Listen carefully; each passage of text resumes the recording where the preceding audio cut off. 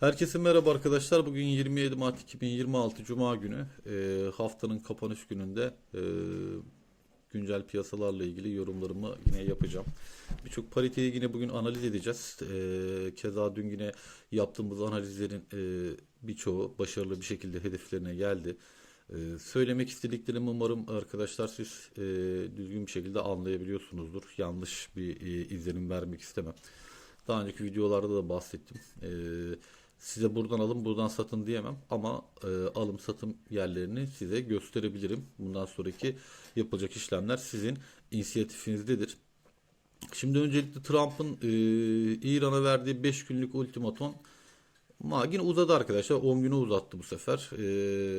Yani normalde bugün piyasanın ben daha volatil olabileceğini düşünüyordum. Fakat bu 10 günü uzayınca tabii biraz daha farklı bir piyasa bugün izleyebiliriz. Bakalım 10 günün sonunda ne olacak? Diğer taraftan DXY tarafına bakacağız. Dolar endeksine. Dolar endeksine bağlı diğer pariteleri de inceleyeceğiz. Bakalım oralarda neler olacak bugün içerisinde. Ee, Öncelikle DXY ile bir başlayalım. Arkadaşlar DXY gördüğünüz gibi düşeni kırdı. Şuradan başlayan yani 100.5 seviyesinden gelen bir düşen trendini 3. denemede kırdık. Şu anda kanal içine girdi ama burada şöyle bir sıkıntı var. Artık indikatörler burada tepe yapmaya başladı. Yani buraları artık fiyatın yorulduğunu zaten bizim sentiment analizimiz de şu anda fiyatta bir soğuma olduğunu gösteriyor. Ayrıyeten indikatörlerimizde bazı divergence vermeye başladı. Yani negatif uyumsuzluk fiyat yükseliyor ama indikatörler bu fiyatın yükselişini desteklemiyor. Bu bizim için olumlu. Öncelikle. Şimdi bunu daha seans içine girerek 1 saatliğe 15 dakikalığa girerek biraz incelememiz gerekiyor. Yani e, bir bakalım şuralarda 15 dakikalıkta özellikle. Şunu ben biraz daha kapatayım. Şimdi 15 dakika bir saatlikte baktığımız zaman fiyat yavaş yavaş soğuyor. Volüm sentiment de yine buralarda bir trend dönüşümü olabileceğini gösteriyor. Ama kanalın içine girmesi lazım arkadaşlar. Kanalın içine girip şuralarda oyalanması lazım ki fiyatın artık şu hareketin fake olduğuna inanalım. Bakın. Dün de aynısını yaptı. Kanalın üstüne attı. Buradan aşağı geldi. Alt taraftaki minör desteğinden destek aldı. Tekrardan üst banda doğru kanalın üstüne çıktı. Şimdi bizim burada öncelikle izlememiz gereken dediğimiz gibi arkadaşlar şu kanalın altına atacak. Şu bölgenin altına atacak. Daha sonrasında şu bölgeden tepki alımı gelecek mi ona bakacağız. Eğer ki buralardan tepki alımı gelirse piyasada yine bir range alanı oluşabilir. Yani alıcılar satıcılar belirsiz olursa yani bir denge kurulursa bizim maalesef altın ve diğer tarafta yatay bir seyir oluşabilir. Ama dediğim gibi şuranın altını daha önceki hep videolarda bahsediyorum. Yani şu kanalın yükselen trendi aşağı kırması lazım ki piyasalarda yükselişler başlayabilsin. VIX endeksine bakalım arkadaşlar. Evet, VIX endeksini görüyorsunuz. Hala 24 seviyesinin çok üstünde. Maalesef bu volatil piyasa içerisinde bir türlü aşağı doğru inmiyor. Yani bu da hala bize risk teşkil ediyor. Göreceğiz ama şurada şu anda gördüğünüz gibi benim bulut indikatörümün üst bandına gelmiş durumda. Artık buradan bir tepki alıp aşağı doğru süzülmesini ben açıkçası beklerim. Umarım gün içerisinde öyle olur ve pazartesi gününe güzel bir şekilde başlarız. Altına bakalım. Altın düşüşüne devam ediyor arkadaşlar. Her yükseliş düşüşün tepkisi şeklinde oluyor. Şu anda gördüğünüz gibi şimdi altında şu bölüm arkadaşlar dün de bahsetmiştim. Order blok. Yani şu bölümden artık alıcıların gelmesini yavaş yavaş beklerim demiştim. Şu anda oraya iğne attı. Buradan tekrardan tepki geliyor. Minörde bir düşen trendimiz var ve majörde bir düşen trendimiz var. Öncelikle söylediğim gibi şu bölge arkadaşlar 4700 bölgesi çok önemli. Yani 4700 bölgesinin üstüne atmadan altında bir yükseliş bekleyemeyiz. Yani şu belirttiğim alan, şu alan hem düşen trendin hem yükselen trendin hem de direncin kesiştiği alan. Böyle yani çok saçma bir kesişim oluştu burada. Bu kesişimi takip edeceğiz. Bakalım oralarda ben dün de buradaki bir Hani trade stratejimi anlatmıştım. Gelir şu bölgeden bir likiti daha alır. Tekrardan gelir. Tekrardan çıkar. Ama bu bölgenin üzerine kapatamazsa ben bir short pozisyon denerim. Buradaki hedefimde alt kısım 4400 seviyeleri olur. Ama keza onun üzerine atarsa piyasaya artık long yönlü bakalım. Şu anda da ara ara işlemler alıyorum. Ama çok hızlı bir şekilde alıp çıkıyorum. Çok uzun vade beklemiyorum çünkü piyasa gerçekten çok hala volatil. Yani 10 saat yükseliyor. 5 dakikada o yükseldiğinin hepsini maalesef geri alıyor. Size de tavsiyem bu. Her videoda bahsediyorum. Böyle piyasalarda uzun süre beklemek her zaman risktir. En mantıklısı alıp çıkmak arkadaşlar. Şimdi bizim alt tarafta öncelikle saatliğe bakarsak bir POC noktamız 4400 arkadaşlar. Burada burası biliyorsunuz daha önce her videomda neredeyse anlatıyorum. POC noktaları piyasanın mıknatısıdır. Daha önce alım yapılan bölgelerdir ve en son alım yapılan bölgelerdir. En son alım yapılan bölgeden fiyat ne tarafa gitmişse orada alıcılar ya da satıcıların baskın olduğunu gösterir. Şu anda burada alıcılar burada baskınlık kurmuş ve buradan fiyatı 4470 seviyelerine kadar çıkarmış. Tabi burada saatlik baktığımız için POC noktası 4 saatlikte açıkçası daha iyi çalışır. Bakın 4 saatlikte de 5100 seviyelerini gösteriyor. 5100 seviyelerinde çok ciddi satışlar olmuş ve fiyatı oradan 4100 seviyelerine kadar düşmüş. Yani nereden bakarsanız şuradan 1000 dolar aşağıya düşmüş. Çok ciddi bir satış. Gümüş tarafına bakalım. Gümüş tarafı da altından bağımsız hareket etmiyor arkadaşlar. Bunun grafiği daha olumsuz açıkçası. Kötü görünüyor. Hala şu seviyelerin üzerine atamadı. Bakın 72'nin üzerine gidiyor fakat tutunamadan tekrardan aşağı gidiyor. Yine bizim bulut indikatörümüzün de zaten burada direnç olarak çalıştığı kısım 72 ile 74 kısmı. Bakın 72 ile 74 kısmı. Yani buranın üzerine atıp da indikatörümüz yeşile döndüğü anda en azından 4 saatlikte kısa yükselişler de olsa, yani kısa yükselişten kastım en azından bir günlük bir yükselişler de olabilir. Sonrasını yani böyle zamanlarda hep diyorum part analiz etmek her zaman daha mantıklı. Çünkü uzun vade, uzun hedefler maalesef bu kadar jeopolitik sıkıntının olduğu süreçlerde çok doğru değil. Yani her an bir haberle piyasa ters düz olabiliyor. Şimdi şurada bir fırsat var arkadaşlar. Ben 2 gündür açıkçası buna bakıyorum. Bu inceleyeceğim. Sizin de inceleyip bir bakmanızı tavsiye ederim nacizane. Dolar Japon yeni paritesinde şu anda üst direnç bandında arkadaşlar. Burayı daha önce 2 kere denedi. Kıramadı. Şu anda üst direnç bandına geldi. Burada eğer ki volüm sentimentimiz soğuyor. Ayrıyetten burada bakın HVO sinyalimiz down'a düşmüş durumda. Yani artık fiyat yükselemiyor. Buradan bir reversal dönüş olabilir. Divergence'lar bir işe döndü. Buradan güzel bir hareket olabilir. Daha kısa vadeye koyayım. Ben dediğim gibi şurada biraz inceleyeceğim bunu. Şu alan artık benim için bir likidite alımı gibi görünüyor. Bakın. Geldi. Düşüş verdi. Buluta kadar geldi. Tekrardan yükseldi. Buradan bir likidite aldı. Tekrardan direncin alt bandına indi. Buradan bir saat içerisinde muhtemelen ben bakacağım. Tekrardan bu kanalın içerisine giremezse, yani şuralardan dönerse şu bölgeden, yani 159.8 bölgelerinden, 159.7 bölgelerinden bir satış pozisyonu alacağım. Şu bölgelerden. Stop'um üst bandın, yani likitte aldığı bölgenin biraz üstü 160-165 seviyeleri. Arkadaşlar alt tarafta da 159.3 kısımları benim hedefim olacak. Yani şu bölgede bile güzel bir kar marjının bırakacağını düşünüyorum. Şuralarda tabii hemen satmam. Parçalı satış yapacağım. Eğer ki şurayı ben bir sileyim. Yani şu bölgede pozisyonumun %50'sini kapatırım. Şu bölgede %25'ini kapatırım. Fiyatın dönüşüne göre. En alt nokta POC bölgesinde 158.7 bölgesinde de pozisyonumu komple kapatırım. Bakın burası 158.6 bölgesi, dediğim gibi POC noktası. Yani buradan alımların gücüyle beraber fiyat yukarı kadar çıktı. Siz de bu şekilde stratejilerinizi kurarak işlemlerinizi yapabilirsiniz. Şu anda dediğim gibi üst direnç bandında ve fiyat artık yorulmuş durumda.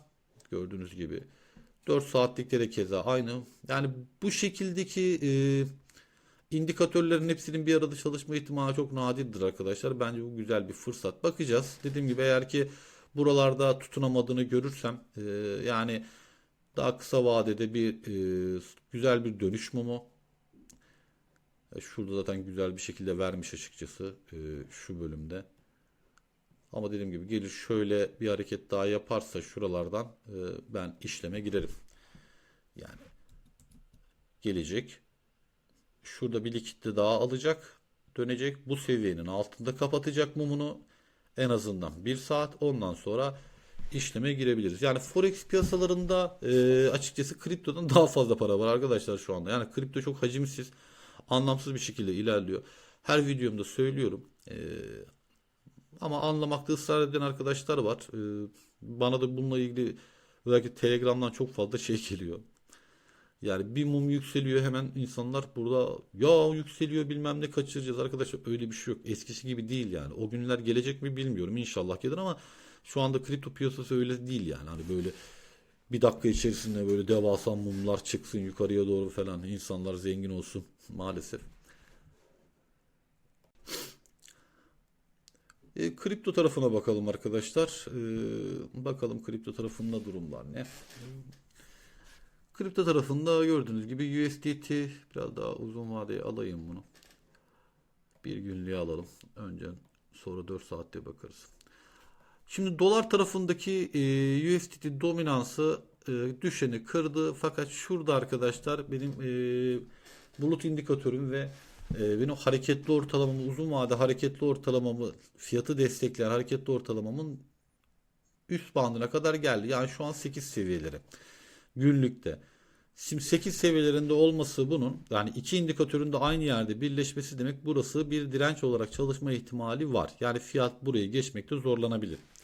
Hep diyorum yani düşeni kırdı demek buradan transit yukarı gidecek demek değil. Düşeni kırıp oralarda biraz oyalanır ya da biraz oralarda oyalanır. Yatırımcıyı düşeni kırdı artık kripto tarafına short girelim gibi bir mantığa sevk edebilir. Fakat oralardan bir ters mumla aşağı iner. Maalesef stopları patlatır. Oradan tekrardan aşağıda gidebilir, yukarıda gidebilir. Bunu grafik içerisinde part part analiz etmek lazım. Ama şu anda gördüğüm kadarıyla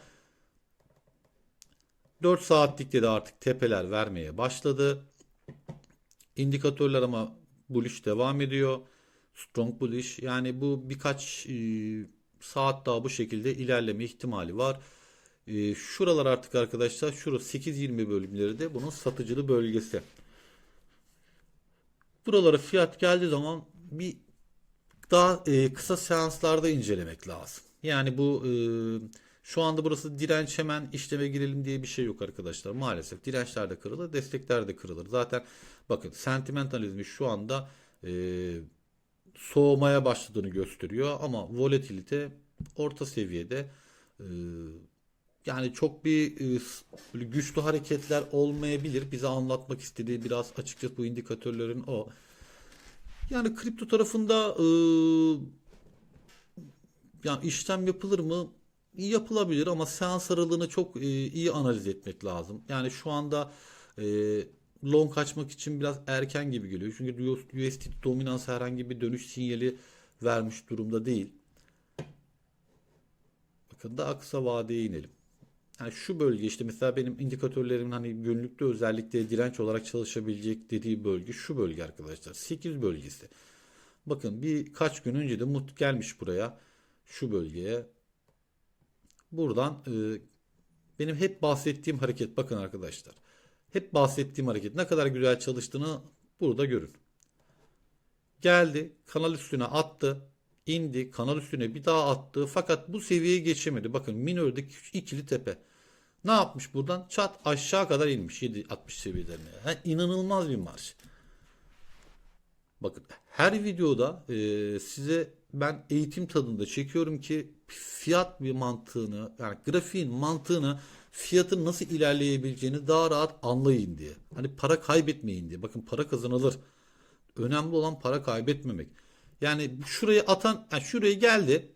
İnanın birçok insan Bitcoin'e shortlamıştır. Yani birçok insan shortlamıştır. Çünkü sabır, bu piyasa her zaman sabırsız insanlardan para kazanır. Bende de öyle oldu çünkü. Ben de çok sabırsız zamanlar geçirdim. Yani ilk zamanlarda çok sabırsızdım. Bir baktım ya sabırsızlandıkça para kaybediyorsun. Ondan sonra maalesef hayat sizi, özellikle piyasa, hayat değil mi? Piyasa sizi törpüleye sabırla beklemenizi sağlıyor. Buralar önemli arkadaşlar. Hani şu bölge üzerinde 7.99-8 üzerine attığı zaman üst taraftaki satıcılı bölgemiz 8.20 seviyeleri. Yani buraları da direnç olarak görebilirsiniz. Yani özellikle şu bölge ve en üstte de zaten 8.50 bölgeleri bir de direnç olarak çalışacak. Ama buralardan artık inceden bir dönüş bekleyebilir miyiz? Olabilir. Çünkü 10 günlük ateşkesin hani 5 günlük ateşin uzamasıyla beraber artık e, ince bir short pozisyonları patlatma niteliğinde bazı hareketler gerçekleşebilir. Burada biraz temkinli ilerlemek lazım. Dediğim gibi uzun vadede yön belirleyip daha kısa vadede kısa işlemler almak bence daha mantıklı. Bitcoin'e bakalım. Bitcoin aldır aldır aşağı iniyor. Gördüğünüz gibi. Benim geçen verdiğim seviyelerin de altına düştüğü. Ben dedim ki garanticiyim. Hani ben o zaman da söyledim. İlk şuradan kapatırım. Ama olası bu şuraya kadar tutmaktır pozisyonu. Ama ben dediğim gibi şu anda alıp çıkarım. Böyle bekleyecek bir risk alacak durumum yok açıkçası. Sevmiyorum da risk almayı. Alıp çıkarım. Benim için en güzel cebime giren paradır.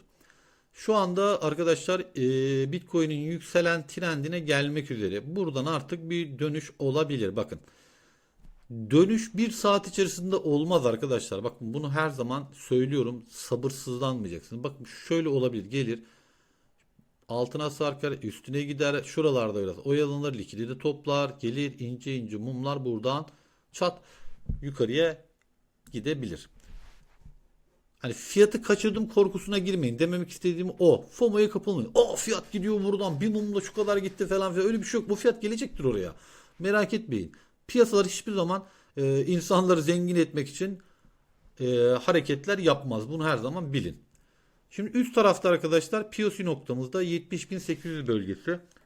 Yani 70.800 bölgesi önemli. Burada daha önce işte satıcıların baskın olduğu bölge. Satıcılar buradan baskın olup fiyatı aşağı kadar çekmişler. Şu bölgede benim daha önce short verdiğim bölge. Birkaç gün önceki videomda izleyen arkadaşlar e, hatırlarlar. Şu bölgeden ben bir short girerim demiştim. Şu bölgelerden. Ben girmedim. Dediğim gibi ben kripto tarafına hacimsiz olduğu için şu anda çok işlem yapmak istemiyorum. Daha da Forex tarafında, altın tarafında işlem yapıyorum. Ama şurada bir fırsat görürsem işlem açarım arkadaşlar. Bakın öncelikle onu söyleyeyim. Eğer ki şuralarda bir hacim görürsem, yani dediğim gibi stopumu şuraya çekerim. 66.500 civarlarına, hedefimde üst taraftaki POC noktası olur. Yani güzel. 1.5'a 4 risk ödül oranı var. Bence gayet yeterli. Dediğim gibi öncelikle şuralarda ben bir oyalanmasını, bir likit dağılmasını bekleyeceğim. Eğer ki kanalı kırar aşağı inerse bu sefer de retestte short ararım arkadaşlar. Bakın. Gelir şuraya kırar, gelir retest yapar, içeri giremez. Bu sefer şuralardan short açarım. Buradaki ilk hedefim order bloğun alt bandı olur arkadaşlar. 65.500 parçalı satışlara bakarım, satarım. Şurada da artık bakın. Yani TP1 hedefim 65.900 olur. TP2 hedefim de 63.000 olur. Yani bu hedefler benim için nihahidir. Dedim %50'sini orada satarım. Birinci TP'de satarım. %50'sini ikinci TP'de satarım. Ethereum'a bakalım.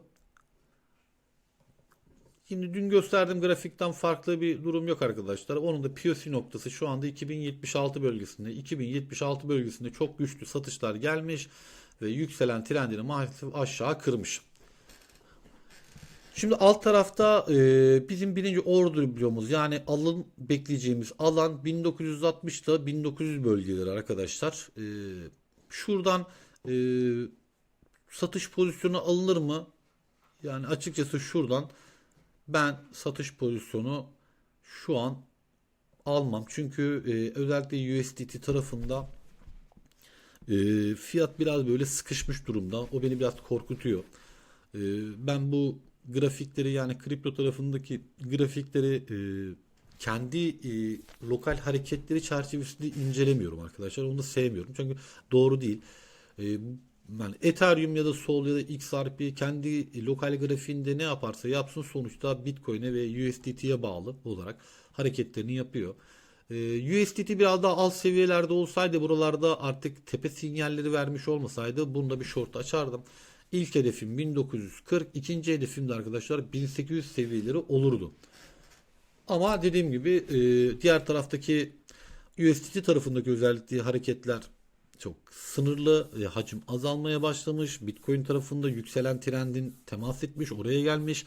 Oradan bir hareket yapması bunun, yani Bitcoin tarafında kalalım alt bandına yükselen trendden deyip oradan yukarı doğru hareket etmesi, Bitcoin, Ethereum'un buradan tekrardan satıcılı bölge olan 2190-2150 seviyelerine çıkması demektir. Anlatabiliyor muyum? Yani fiyat şu anda kırdı, burada direkt aşağı inecek. İnebilir mi? İnebilir ama benim için riskli. Ben böyle bir hareketli işlem açmam.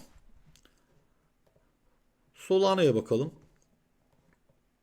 Hani Solana'da, evet, Solana'da gördüğünüz gibi bakın şu benim daha önce çizdiğim direnç bölgesi, şu bölge arkadaşlar. Satıcılı bölge olarak kendini korudu. Güçlü bir bölge olarak kendini korudu. 87 bölgesi. Orası yine bizim POC noktamıza denk geliyor. Oradan gelen satışta geçmiş olsun aşağı kadar iniyor. Şu anda burada ilk alımın yapılmasını bekleyeceğimiz bölge arkadaşlar 81 bölgesi. O da şurası bizim ilk order bloğumuza denk geliyor. Bakın şurası.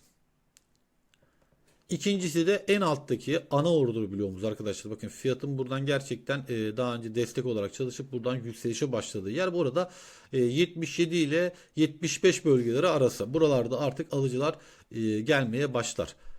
Ama öncelikle dediğim gibi şu bölgenin geldiği zaman bir hareketleri kendi lokalinde incelememiz gerekiyor. XRP'ye bakalım şimdi.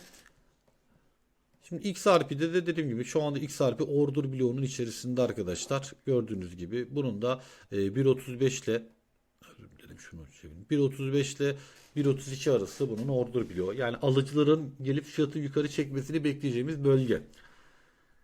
Kendi içinde başka bir hareketi var mı? Bunun yok. Evet, düşük tepeler yapmaya devam ediyor. Bitcoin'e bağlı olaraktan. Yani burada da ilk hedef 1.32. Short'ta, ikinci hedefte 1.30 arkadaşlar. Artık şu bölgelerde zaten alıcıların gelmezse maalesef fiyatı aşağı çekebileceği bölgeler. BNB'ye bakalım.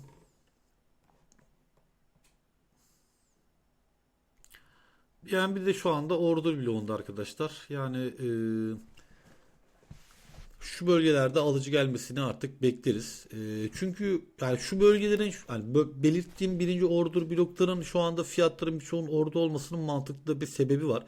Çünkü Bitcoin'de aynı şekilde yükselen trendine temas etmeye başlamış arkadaşlar. USDT'de tepeler yapmaya başlamış. Bakın fiyatlar hep bir matematiksel mantıkla gider. Yani biraz matematik, biraz geometri, hepsi aynı anda e, belli bir puzzle'ın parçaları gibi çalışır. Öyle düşünün. Yani biri tepe yapar, öbürü dip yapar, öbürü belli başka bir formasyonda bir hedeftedir. Öbürü belli bir indikatörde belli bir noktaya gelmiştir. Order bloğuna gelmiştir. Fair value gap'ini doldurmaya başlamıştır. Yani fiyatlar hep böyle bir puzzle gibi ilerler. Şu anda burada short aramayın dememin sebebi de bu. Bakın USDT artık tepeler vermeye başlamış. Tamam mı? Günlükte artık inceden bir direncine gelmiş. Fiyat artık şişmiş. 10 günlük bir ateşkes ilan edilmiş. Bitcoin yükselen direncine, hani yükselen trendine temas etmiş. Birçok parite şu anda gördüğünüz gibi order bloklarına gelmiş. Yani fiyat artık şunu diyor, artık buralardan inceden dönebilirim gibi. Hani inceden artık buralardan bir dönüş olabilir. Tabii dediğim gibi kripto piyasası her zaman çok volatil olduğu için dönüşün nereden geleceğini çok bilemeyiz ama indikatörler, formasyonlara da baktığımız zaman artık böyle 4 saat 8 saat içerisinde belli hareketler gerçekleşebileceğini ben düşünüyorum. Render'a bakalım arkadaşlar. Dün burada şu bölgelerde açıkçası 1.85 bölgelerinden ben Telegram'daki arkadaşlara işlem vermiştim. Açıkçası ben kriptoyu çok analiz etmiyorum. Onları isteyince ben analiz edip gönderiyorum. POC noktasının 1.85 olduğunu, buradan ciddi bir satışın geldiğini söyledim. Birçoğu da şu 1.81, 1.82 bölgelerinden short aldılar. Güzel de para kazandılar. Bakın bulutun alt bandına kadar değilmiş. Şu anda bulutun içerisine giriyor. Bunun da order biliyor arkadaşlar 1.64 ile 1.59 seviyeleri. Yani buralardan artık bunun da alıcıları gelmeye başlar. Evet arkadaşlar, benim bugünlük anlatacaklarım bu kadar. Her videoda hatırlatıyorum. İnşallah sizin için de herhangi bir sıkıntı yaratmıyordur. Çünkü böyle sürekli videoda hani kanalımı beğenin, videolarıma yorum yapın şeyi bazen ters tepebiliyor. Ama gerçekten videoyu hazırlayan insanlar için bu beğeniler, bu abonelikler, hani insanların kanalını beğenmesi bir yakıt gibi oluyor. Moral ve motivasyonunu yükseltiyor. Belli bir kesime hitap ettiğini, insanların senden hani çektiğin videolardan faydalanabildiğini, izlediğini gösteriyor. Bu da insanı mutlu ediyor gerçekten. Sizden de ricam kanalıma abone olup videoları beğenirseniz çok sevinirim. Benim bugünlük anlatacaklarım bu kadar. Yarın kripto tarafına çok detaylı bakacağız. Birçok pariteyi analiz edeceğim ben bugünden. Yarın sizin için hazır olacak.